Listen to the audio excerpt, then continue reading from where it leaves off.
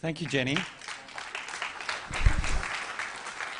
Now, before we begin, I'd just like to congratulate the organisers of this conference, and particularly Jenny. I think it's been absolutely fantastic, a great success, and it illustrates, I think, some of the principles that Bob and Sandy will be talking about in this talk.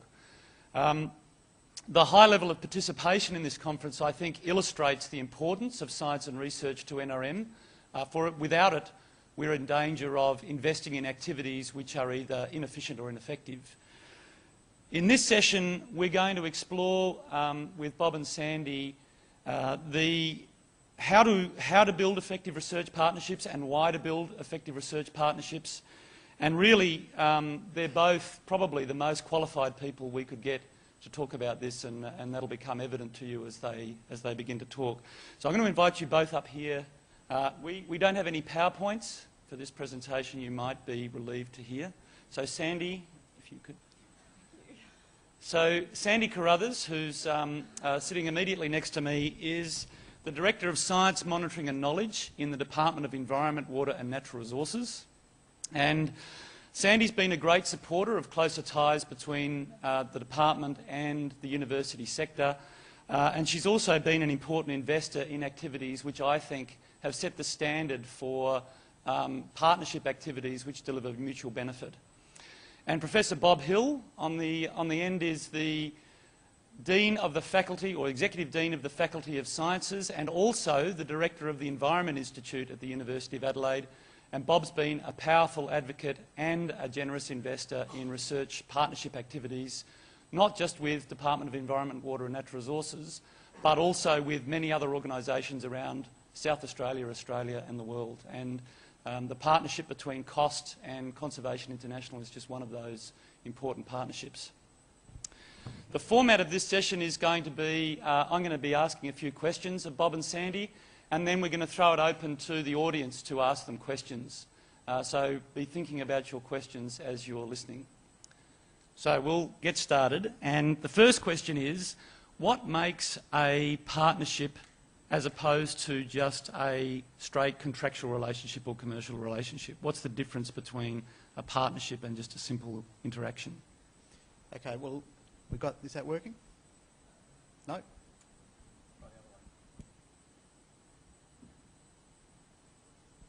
The lights are on but no one's home. Here we go. How about that? Oh, that's better. Yep, good. Now I've lost my train of thought completely. So let me... No, it's okay. I'm right. I'll recover, Paul. It's all right. Look, perhaps the best way to answer that is to just remind you what a university exists for. We are a research provider. We're not a research funder. And so we have a lot of research expertise within the University of Adelaide. We do occasionally invest in research, but primarily we're there to provide expertise. But much more fundamentally, we're a teaching organisation. And the reason we do research is to inform our teaching so that we produce graduates that are as relevant as possible to the workforce that's required. And it's really important to remember that that's our main driver. If the students disappear, we disappear. So first and foremost, we're a teaching institution, and our research is an important add-on to that. When it comes to contract research really for us is about applying our expertise in a particular case at a particular time, usually in return for funding which supports that research, and that can be an important source of funds for us. Something that not all of our staff understand is that the only reason we do that is if it's a net income gainer as well as a net knowledge gainer, and some of my staff have particular trouble understanding that their salary counts as part of the costs. So it can become quite expensive to do contract research. Partnerships, on the other hand, are a very different beast, and I think a partnership develops over a long period of time with a partner who shares common goals, common ambitions, and a common purpose to a fairly strong degree, and you have a long-term relationship built up. Sometimes a partnership can come out of the blue with, and I think Conservation International is a little bit like that, although Leanne Pencoe has been working with them for a long time. But the critical thing about a really good partnership is that it's not necessarily about one partner provides the money. More often than not, what you're really aiming towards is both partners providing significant expertise and resources, so you can then go to a third party to look for funding. That it's really about getting a much greater outcome than either of them can achieve on their own. Yep, so that I would agree with Bob, what Bob just said, and I'd really add, good projects come and go, and that's what contract projects is really about. But partnerships are really about that longer term conversation, so you continue to talk in a partnership about what the opportunities are, and so that's what we do a lot with the University of Adelaide. It's about where are we both heading and where's our business the same, and what are the outcomes we can get if we think about the opportunities. So it's much more about talking about where you're going rather than individual things that are going on. Okay, thanks. Now, that's lovely that partnerships are a mutual benefit, but you both have very different drivers in your organisations and different reward structures in your organisations. So when you're entering into these partnerships, how do you align those different drivers to get mutual benefit?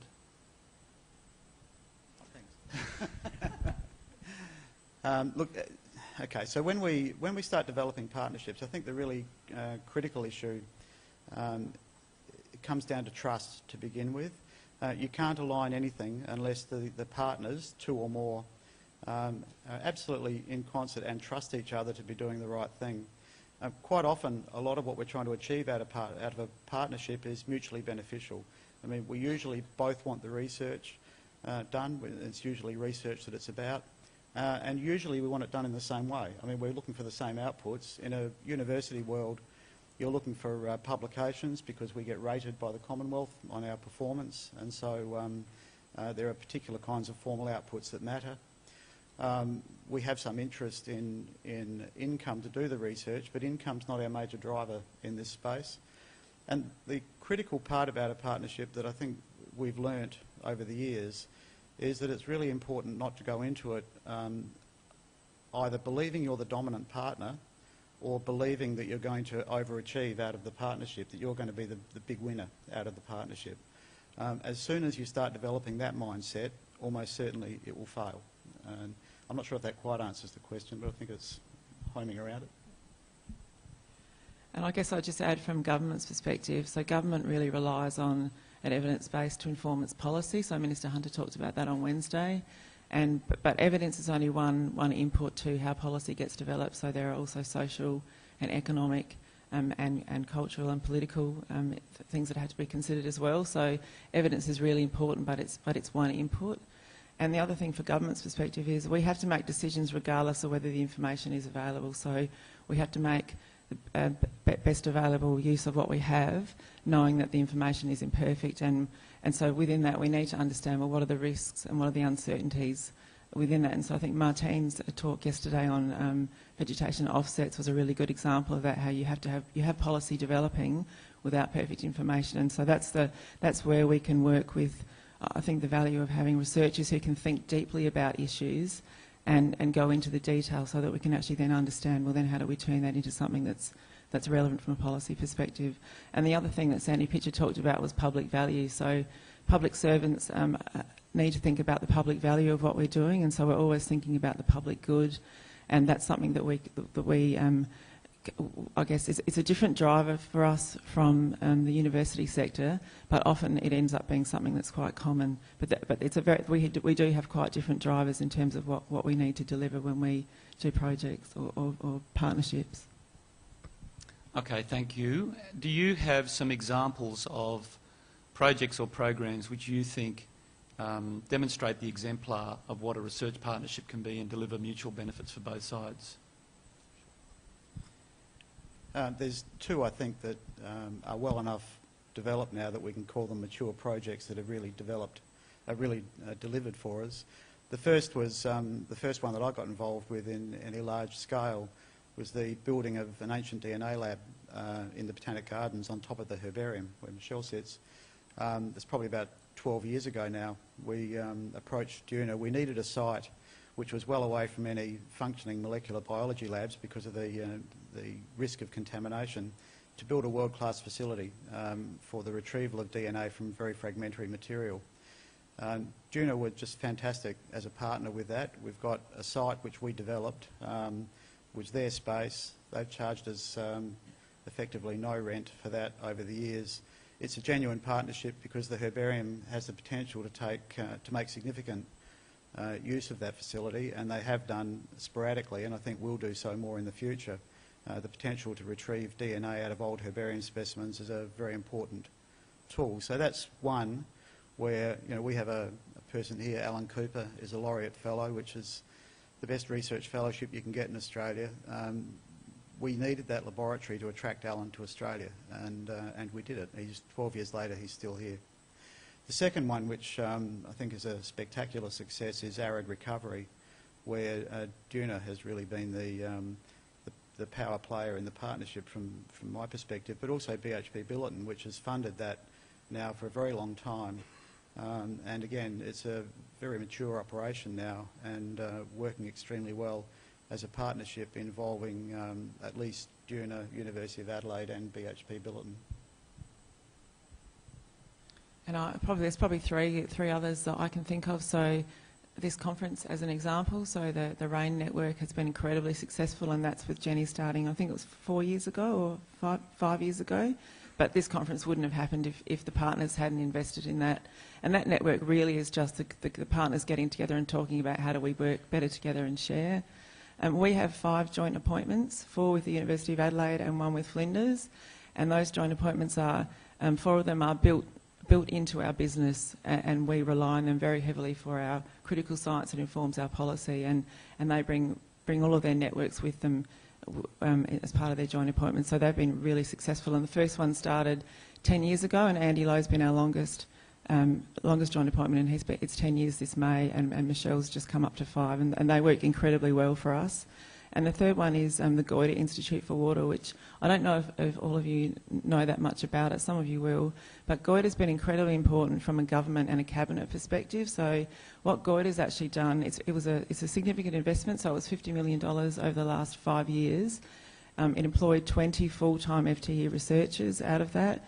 But what it's actually done is government has really seen the value of that really good research and science that is directly informing policy decisions, and quite a lot of the research that's come out of Goyder has walked straight out of the Goyder report into government policy, and the Premier has used some of the Goyder's work in arguing around the Basin Plan and also Marine Park. So really 3 really successful partnerships that we have. Thanks, Sandy. So the world of universities and the world of environmental investment and programs is constantly changing, and it probably will constantly change. For you, what is changing and how is it affecting your willingness and ability to engage in these sorts of partnerships? Probably the biggest changer at the moment is the Commonwealth Government placing much more emphasis on impact and interaction with industry. And I think the reaction to that we're most likely to see, and one we would have gone to anyway, is that the next step in the partnership with Juna in particular, and a really interesting challenge, is to try and get a much closer link between the research that we do and the policy that develops out of it. And we've had several discussions already previously and during the course of this conference about how we might achieve that. It's not an easy thing to do, but it's obviously the gold standard to aim towards. So I think if we could achieve that and demonstrate it quite comprehensively, not only would that be the socially responsible thing to do, but it would get us a gold star with the Commonwealth Government.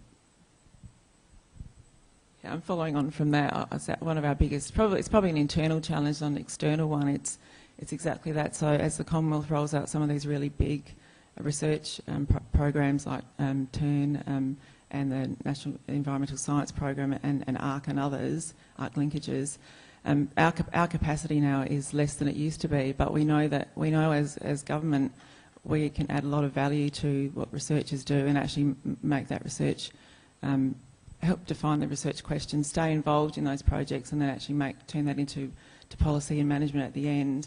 But I guess our challenge is to get that recognition from our research partners. So with NESP, we're a partner with the University of Queensland, and the feedback we get from them is they really value us being involved. But a challenge for us is to get them to actually build us into their programs, because our capacity now is less and less, and everyone in the room would. It's similar for everyone. So it's that sort of that challenge of how do you stay involved, but build each other in as you can. Thank you. We've got more questions here, but I might pause and open it up to see if there's any questions from the audience that you'd like to ask Bob or Sandy. Yeah, a few up the back there.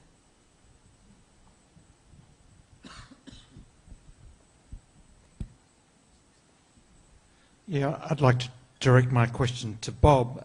Bob, you place great emphasis on the university as a teaching institution, and I guess that's a response to the drivers and the reward structures that Paul talks about. But it does seem to me there's this thing called public good that ought to drive a university, and the value for the university, it enhances its reputation. If you look at the CSIRO, 20 or 30 years ago, it had a wonderful reputation because it actively worked for public good. So I just wonder about the emphasis there and whether you might push that too hard one way. No, I think that's a fair comment, and I didn't mean to overshadow that. The comments I made about the link between research and teaching was very much in that public good area. It depends how you define public good, of course, but the research we do can be defined in a lot of ways. I mean, we are being pushed very hard at the moment, especially from the Commonwealth, to become far more applied in the research that we do. There's still a very strong need in universities to do blue skies research and to do research more generally for public good. It's a very fine balance for us, and the balance is going to be driven very much by funding into the future, and obviously the fight is on to make sure that we retain significant funding for fundamental research and that we don't find that we're driven entirely into an applied space. I'm not anti-applied research, but I'm certainly anti-driving us away from other forms of research, and also training students to be fundamental blue skies researchers. Is there another question next to Alan?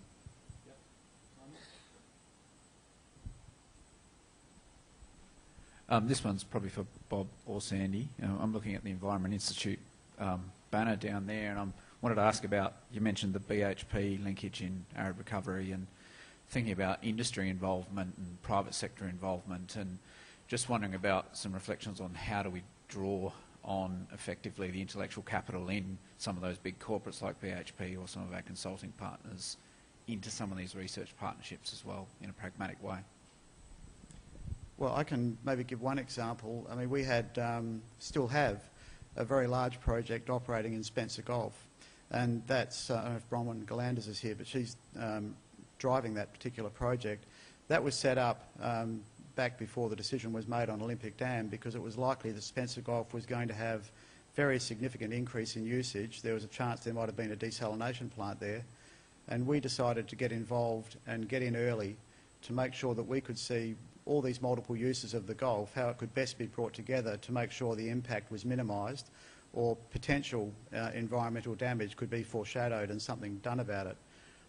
To their credit, several of the big industries invested in that project, and it is still going on and there is still a need for it, but of course the landscape's changed enormously with BHP choosing not to develop Olympic Dam in the way they first planned.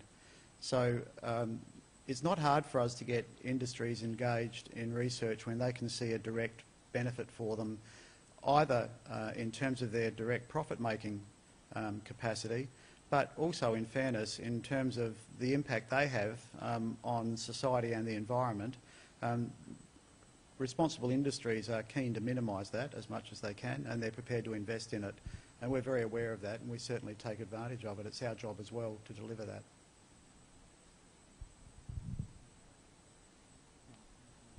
I was just going to add another one to that. So there's a pollination reserves project that the University of Adelaide came up with in conversation with PIRSA and JUNA, and that's now expanded to a project that's got 12 partners, and a lot of them are smaller industry partners around, so parent apple producers, canola producers, and people who rely on pollinators for their business, really.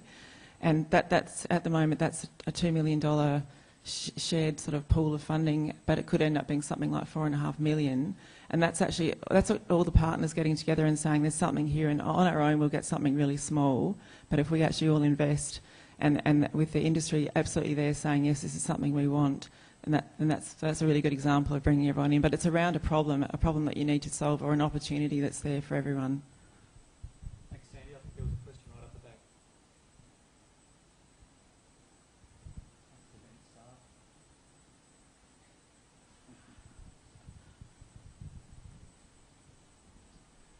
Sandy, my question's probably most to you. Policy priorities can change very rapidly, and we see government deciding that now we're really interested in pollination, or we're really interested in water quality, or whatever it might be, and it can be difficult to try to commission research within a time frame and a format that's useful for government. How do you try to, as the partner in that sense, how do you influence the university to make sure that you're getting research that is both timely and useful to you? Yeah. So it's hard when you don't have something structured. So Goyder's probably been the best example where there was funding and an actual structure set up to be able to organise what is the policy questions that we have, and what are the ones that we need to answer, and then how do we organise our research partners to deliver that. So Goyder's been a successful way of doing that. Otherwise, it still is opportunistic, because there aren't big amounts of funding that draw people together to, I guess, get everyone to have that conversation about what is it that we need. But I think Goyder's actually given us some good ideas about how to do it anyway. So in the last 6 months, we've run some workshops on some of the different policy themes that we know we have needs around, and we'll use that information not just for Goyder, but for going to the universities and saying, here's an idea where we know we need some policy development. Is there something you can do? And I guess the bee pollination one is a good one, because it's a new idea on an old theme. So the theme is that biodiversity supports the environment. Actually, is the baseline that supports really good agriculture and well-being and economic development for the state. So it's still the biodiversity as the underpinning of what happens, but bee pollination is a way of actually bringing in partners and giving them a different way to think about it, and I guess to be part of using biodiversity to support their business. So they're still the same policy themes. It's just they just expressed in a different way, I think. Thank you, Sandy. Are there any other questions from the audience? Yes, one over here.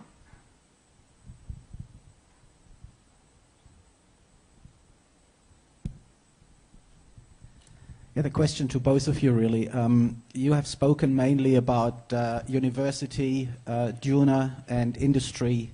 So in a way, on Goyder Institute, so in a way the big players, what's your view in terms of partnerships regarding small not-for-profit setups, and you might want to call it NGOs, especially because there's a lot of enthusiasm out there, and there are certainly capabilities and people and knowledge in these type of organizations, and maybe even more importantly, that's a very good way of tapping into philanthropic, into that area, because there definitely are sponsors out there who are prepared to really get into philanthropy to deal with some of the problems. And I guess for a partnership, that would be quite a valuable issue. No, that's quite right, and I was actually hoping we'd get to that point to be able to talk about that. We have some of our most successful partnerships here are with individuals, not even with small groups of people. Some people who want to support the university are happy to do so very much at arm's length. Others want to come in and be involved in what's going on, and we welcome that. We have some outstanding examples of individuals or families who've taken a very strong interest, and then things develop from that, which certainly works for us. And the same with NGOs. I mean, as long as it's a project which is compatible with our aims, and again works as a partnership so that it also suits what they're trying to achieve, we welcome that. We have a strong track record, I think, of developing projects in that space. So it's easy to talk about the really big successes in terms of large numbers of people, but in terms of time and effort, sometimes it's the smaller ones that deliver better outcomes. I was just going to say, I don't see any problem with us doing that at all. So I know we consult or work with the NGO sector around policy development, but there's no reason that we couldn't do that on some of these projects where we have ideas around, that shared goals around ideas. So I don't see a problem with us doing that. Now, this audience, I think we'll have to leave it there, I'm sorry. You can talk to Sandy and Bob after, I'm sure, over the morning tea break. This audience came along wanting to hear about some dating rules for research partnerships. So perhaps we'll finish off. Sandy, perhaps you could start with the dating rules for research partnerships. Sandy. All right, so I had three that I thought of, and then the ones that I always keep front of mind. So, try to know what you want and be clear about your expectations, and be prepared to have a conversation about that. Some structure or some governance really helps. So particularly when you're starting off doing these kinds of things, so that gives you an ability to. It gives you a mechanism to have a conversation when things sometimes get a bit bumpy. So some structure is sometimes good. And the other one is just really easy. It's just to have respect. So have respect for what the other person brings, and because that's the whole point. Everyone brings something different. So I think that's fairly straightforward, but that's what I'd say. Yeah, no, I agree. But maybe the one thing I'd add is when you're developing these, and especially when you're talking as one group amongst yourselves, which you obviously do, you don't have all discussions with the partner, focus on the common good. Focus on what you're both going to get out of the partnership. I've been in too many discussions, especially earlier in my career, where the whole focus of the individual conversation was, what are we going to get from this? How can we get maximum benefit out of this partnership, without considering what the partner might get? As soon as you go down that track, it will fail. I mean, 50% of anything is good, 60% of nothing is nothing. If you try to aim for too much out of a partnership, it will fail and you get nothing. So as soon as you lose respect for the partner and for the project you're trying to undertake, and try and gain too much from it personally, is going to fail. Thanks, Bob. That's it for us. I think we'll leave it there. Will you please join me in thanking Bob and Sandy for their presentations. And I'll hand back to Jenny.